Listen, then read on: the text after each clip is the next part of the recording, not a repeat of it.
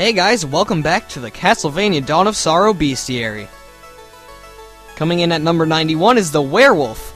And the werewolf's, his soul is, it's iffy. It's basically like a backwards version of just like you standing on the ground and pressing L anyway. It's not that great, and it actually takes magic to use, which is really stupid.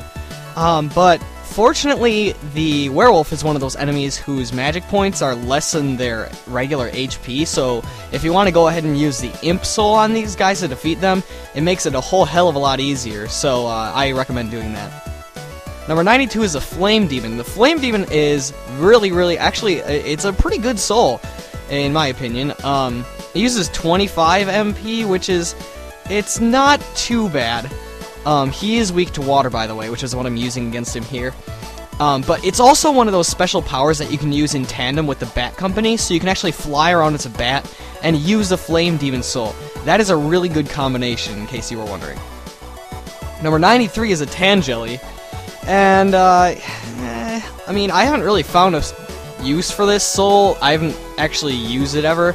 I suppose it's helpful if you're just, you know, you're going up against an enemy who only uses physical attacks, but otherwise it's kind of lame because it's got a drop rate of 4%, and I don't know, it's really dumb. You could also use the imp power on this guy as well because he only has 1 MP. Number 94 is the Archdemon, and this guy is pretty crazy in my opinion. He has actually twice as much HP as the first boss in the game, and he can dish out quite a bit of damage, as well as knocking you into things pretty easily. If you're under-leveled and you go up against this guy, trying to grind against him, it's really difficult, because he's hard to kill. He likes to swoop around and dodge your attacks. Number 95 is the Gaibin Soul. And the Gaibin Soul is a really strong familiar. Unfortunately, it only attacks like once every 7 seconds, so it'll do like 200 damage, but then it'll just sit there, and you'll be like, come on, attack. Anyway, number 96 is a Slogra, and you can find both these guys in the same room. The Slogra and the Gaibin can actually be used together in another one of those tandem soul combinations. Number 97 is the Stolas, and I said this in the last video, this is the place where you should actually be grinding for the Stolas and the Enris. It's a lot easier to find these guys over here, it's a lot easier to get to, they're closer to a warp point. The Stolas is raise intelligence to lower strength, so I guess if you're just going for a soul usage set, for like your attacks and stuff, you're only going to use souls. I guess it's good to use, but I'm really more of a physical attacker. Number 98 is the Final Guard. This guy is annoying.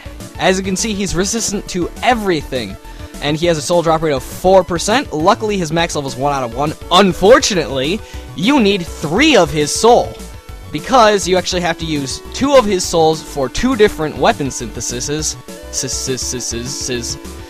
Plus, his actual soul isn't really that helpful. I mean, it's when it says gain ironclad defense, it actually, you're pretty much invulnerable, but, I don't know, it's really not worth it for like 60 MP per time. Anyway, back to 99, Malakota. It says attack with a tail. This is a pretty generic soul, especially for this late in the game, getting a generic soul like this. Its reach is pretty far, which is the only good thing I can say about it, is that it actually has a pretty big radius of how far it hits, but other than that, it's pretty lame. Number 100 is the Alistor familiar, and Alistor is actually a really good familiar in my opinion. He attacks about once every 4 seconds or so. He doesn't use a lot of magic, which is nice, and plus every time he attacks he gets in 2 hits about. And he does quite a bit of damage. I might have said that before, but yeah, it's actually really good. You do have to use him for a soul synthesis to get one of the better weapons, so you might as well get 2 of this guy, but otherwise, yeah, it's good. And here we go, number 101, the Iron Golem. As you can see, this guy only has 50 HP, but he is absolutely 100% resistant to everything. You can only do 1 damage to this guy. And here's like the normal way of beating him if you just want to beat him like this. Cheap way of beating him is getting behind him. Unfortunately, if you use the Dead Pirate power, which is where if you stand behind someone, it does do 2 damage to the Iron Golem, but I can't use it because I'm using the Ghost Dancer. Oh, and look at that, it's Iron Golem versus Iron Golem to finish it all off. Anyway, thank you guys for watching, and I'll see y'all next time.